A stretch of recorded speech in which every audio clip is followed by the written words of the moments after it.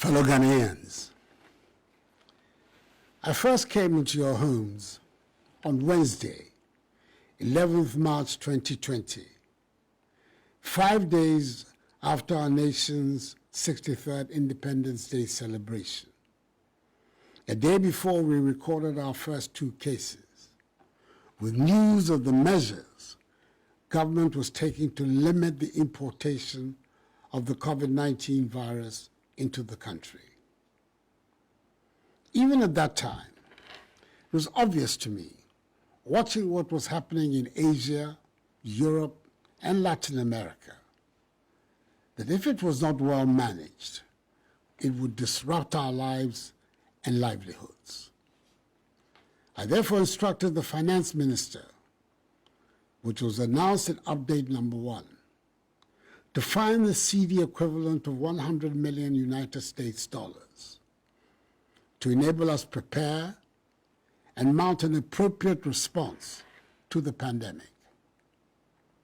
Since then, we've experienced 4 waves of the outbreak.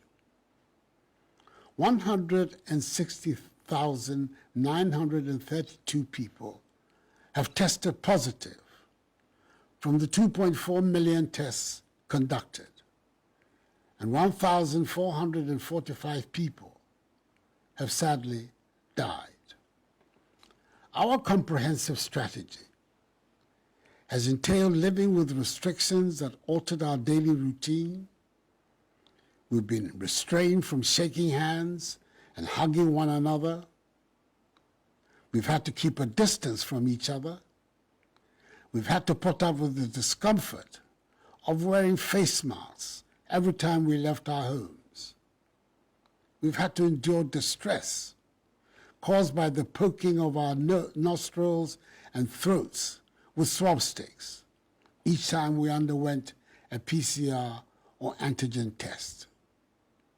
We've had to endure for 3 weeks the partial lockdown in the greater Accra metropolitan area and Kaswa, and the greater Kumasi metropolitan area and contiguous districts. And we have all borne the brunt of the ravages of the pandemic. As your president, I saw it as my duty to provide you with regular updates on the situation, the measures government is taking, and to seek your support and cooperation. That is why I've been a constant feature on your screens these 2 past years, in the addresses that have now become regularly referred to as fellow Ghanaians.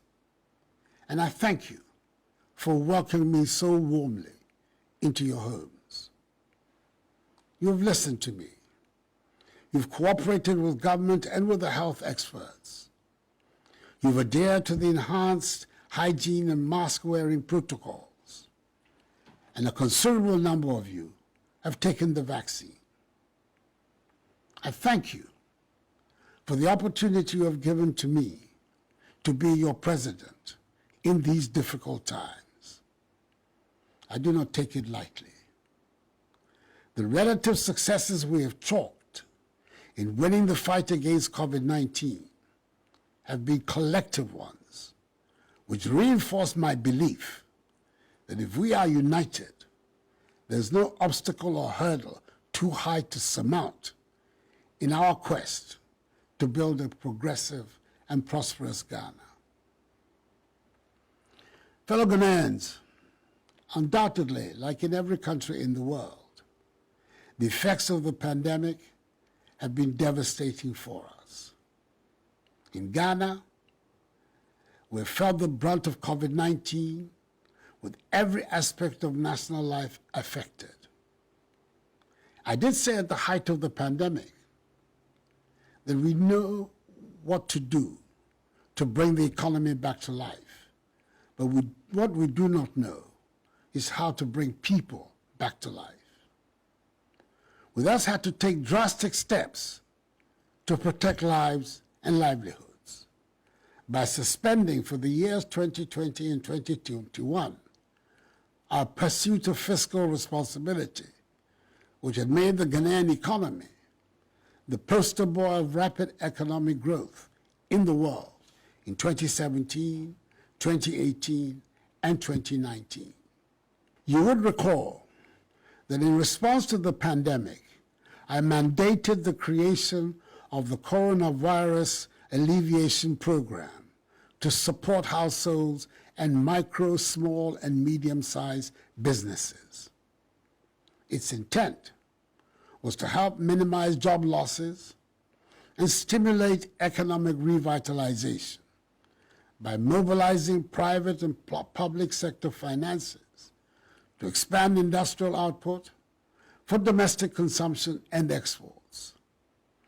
To this end, I instituted a 1.1 billion CD health response package, which was used to procure supplies and equipment, and a relief package for health workers, which included tax waivers, allowances, transportation, and COVID insurance. Government also found the money to recruit on a permanent basis 24,585 more health professionals. 1.6 billion CDs was made available to support vulnerable households across the country, which went into food packages and hot meals, and the provision of free water for all, free electricity for lifeline consumers, and 50% rebate for all others. Some 750 million CDs in soft loans and grants were also disbursed to micro, small, and medium-sized businesses to help maintain their economic activity.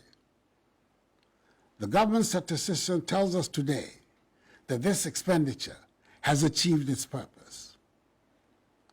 At the height of the pandemic, despite strong opposition in some quarters and the legitimate concerns of some parents, we stood firm and were successful in ensuring that the education of our children was not truncated.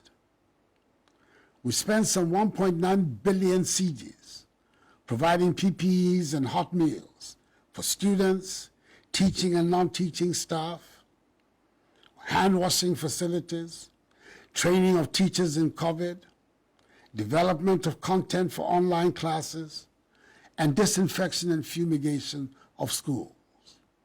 This made it possible for students to return in conditions of safety, sit for their respective examinations, and achieve successful results. Indeed, the spectacular results of the first and second batches of the free SHS graduates, whom I proudly call the Akufo-Addo graduates, are testament to this. I want to state, without any equivocation, that should our nation, God forbid, be confronted by such a pandemic again, and I, Nana Addo Dankwa Akufo-Addo, am by the grace of God, your president, I will not shy away from taking such essential steps to protect you and your businesses again.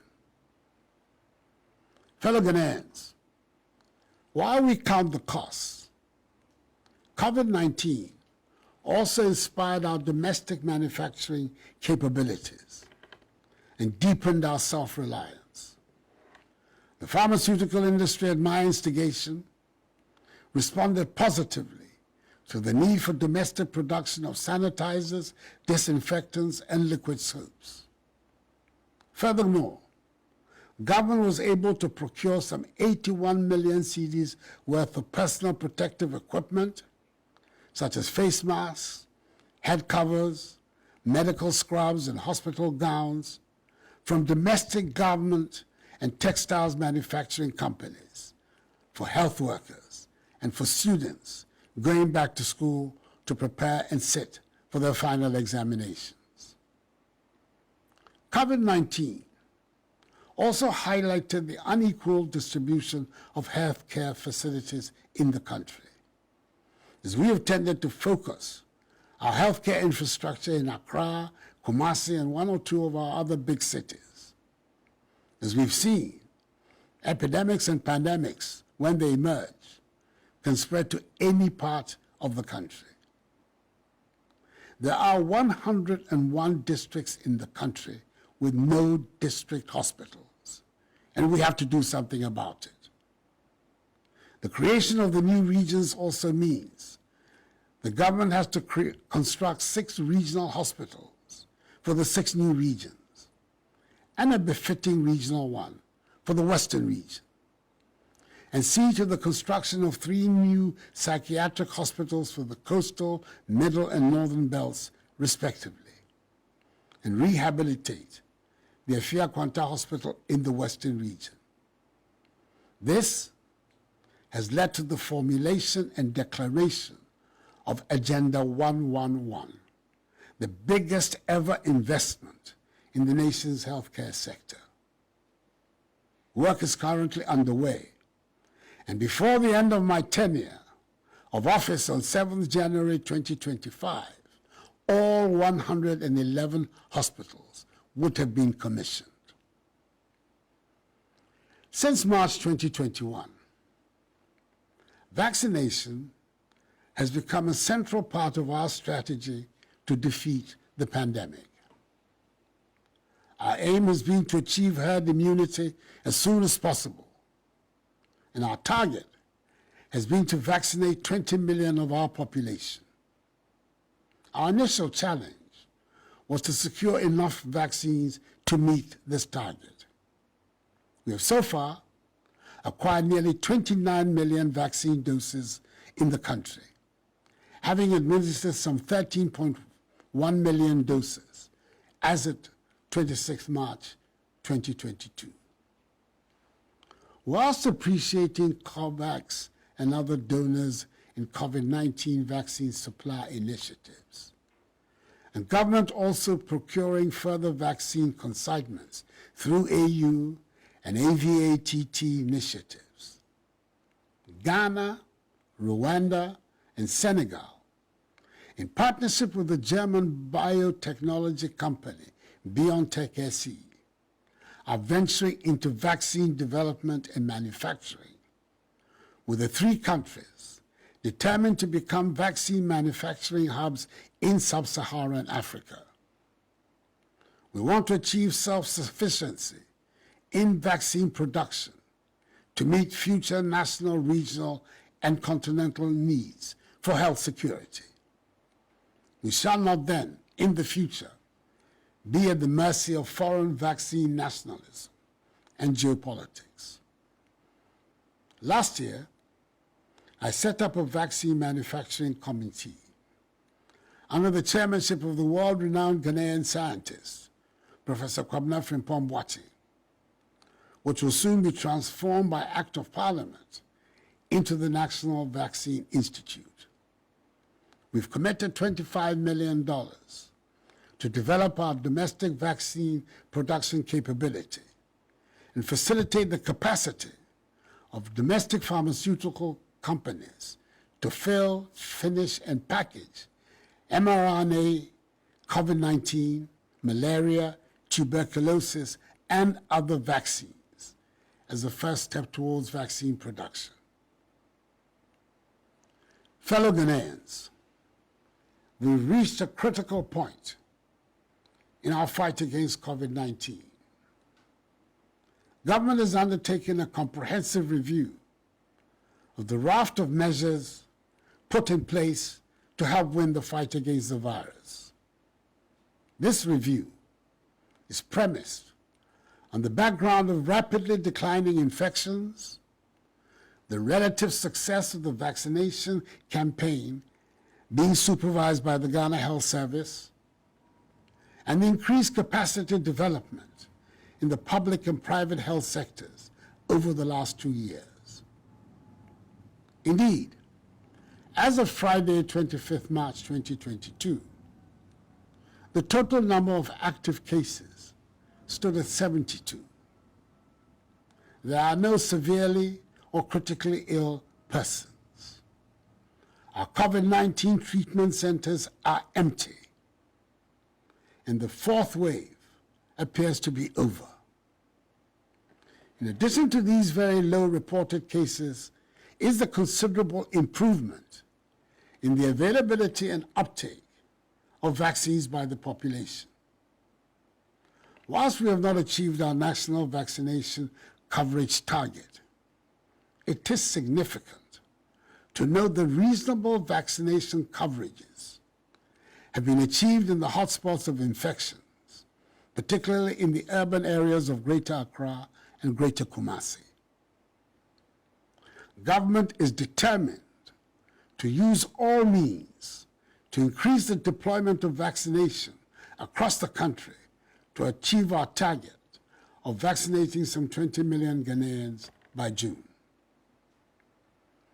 To my fellow Ghanaians who have not received the jab, I urge you to take it.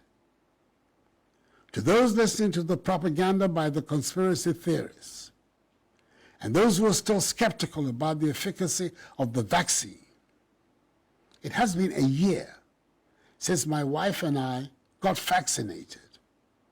It has not disrupted our physical well-being. Neither has it caused us to be sick. We are, touch wood, hale and hearty, like the other 13.1 million Ghanaians who have been vaccinated.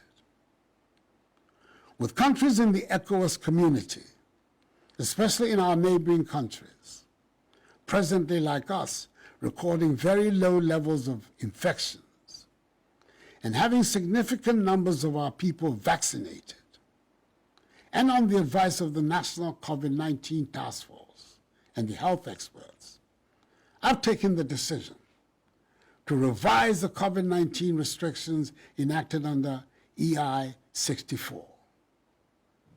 At this point, I want to express the great gratitude of the nation to the leadership and membership of the Ghana Health Service, to all other health workers, and to members of the National COVID-19 Task Force for the outstanding work they have done in bringing us this far.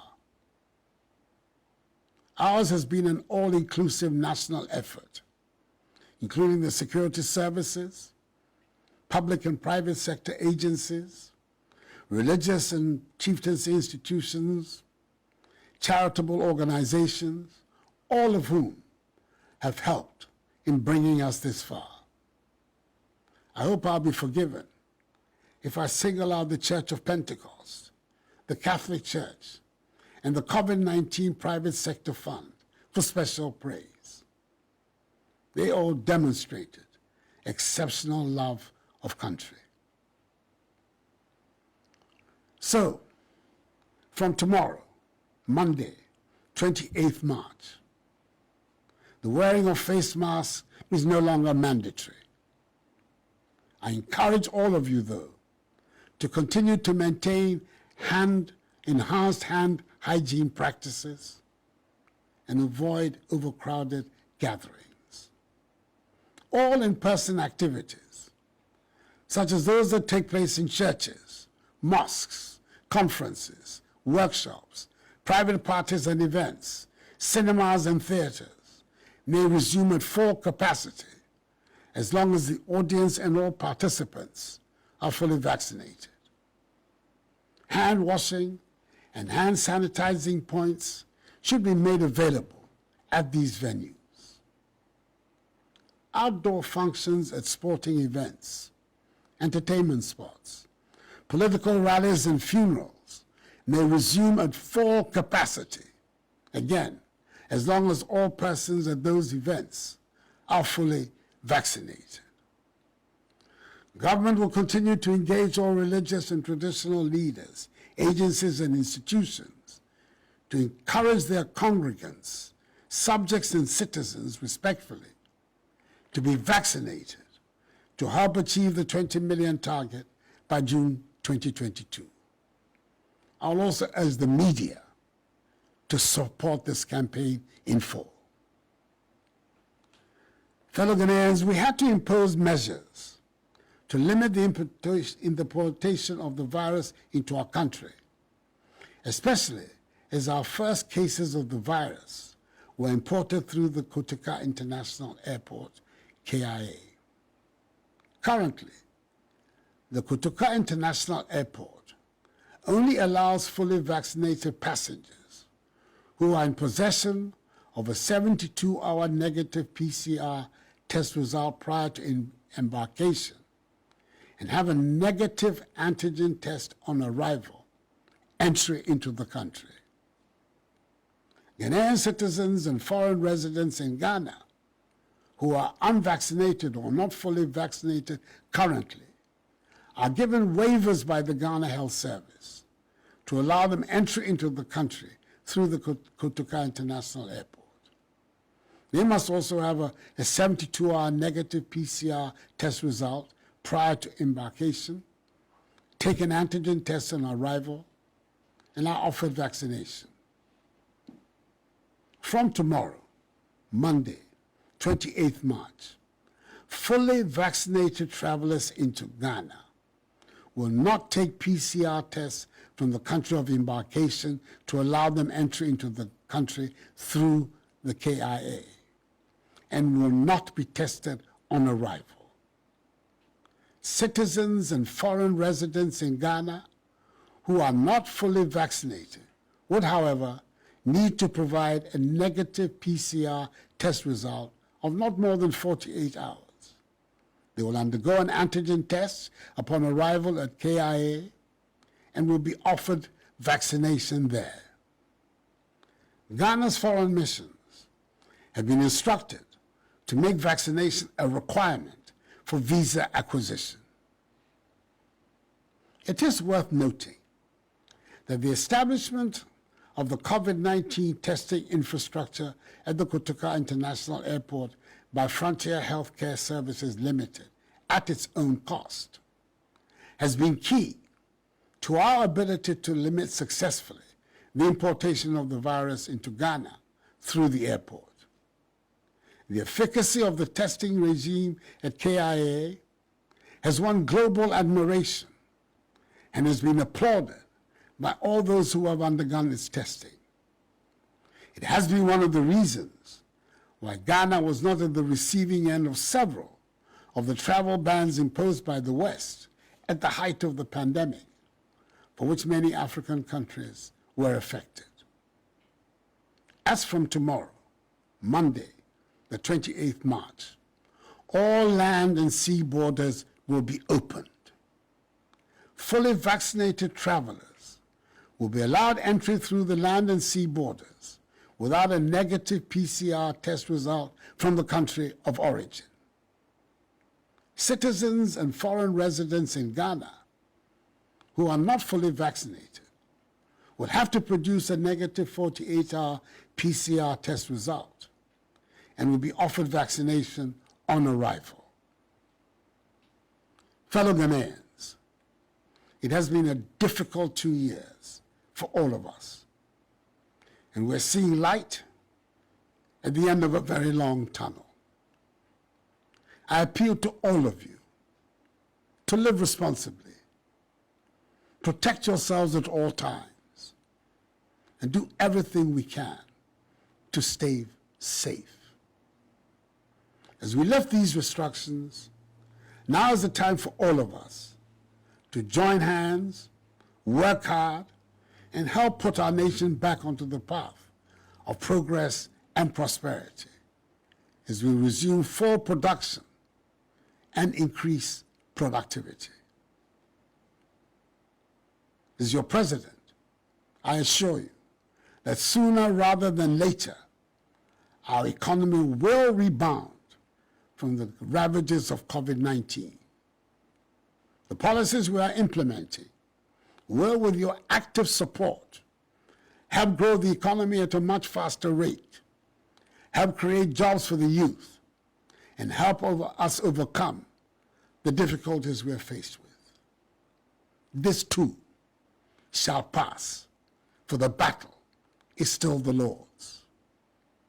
And Ranum, Yamiadaroma, is a yefa corona yariano, a year jumapa, a yarano brassier, intimacy, mmerɛ no adu sɛ yɛde saa nhyehyɛeɛ no bɛbra na wieɛ.